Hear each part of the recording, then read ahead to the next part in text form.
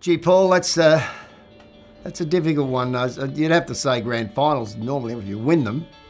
But there was a game where we were 11 goals down, and it was against North Melbourne, who had been a tough competitor to beat.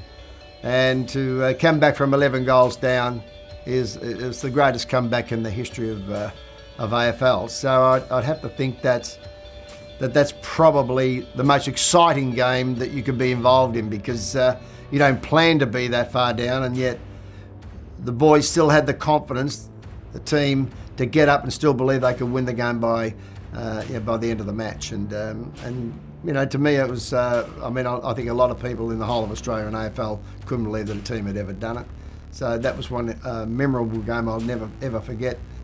It's always hard to bring in the favourite player of your teams that you coached and the teammates that you play with, but gee, I'd have to think that Kevin Bartlett was just a fantastic player for Richmond.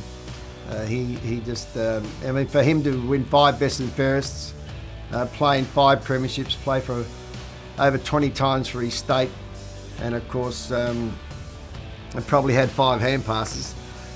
He was always a magnificent player to play footy with. So he's probably the best, obviously the best player at Richmond when I was there.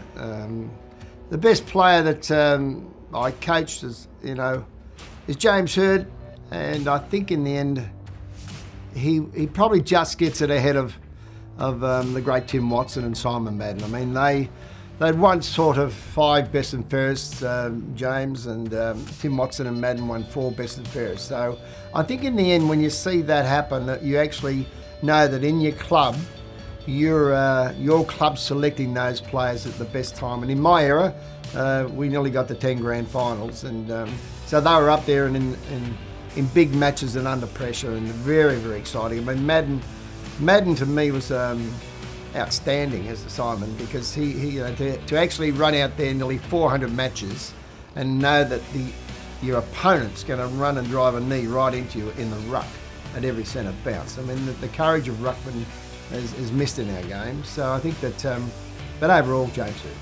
Discover more untold stories at rarestories.com.au.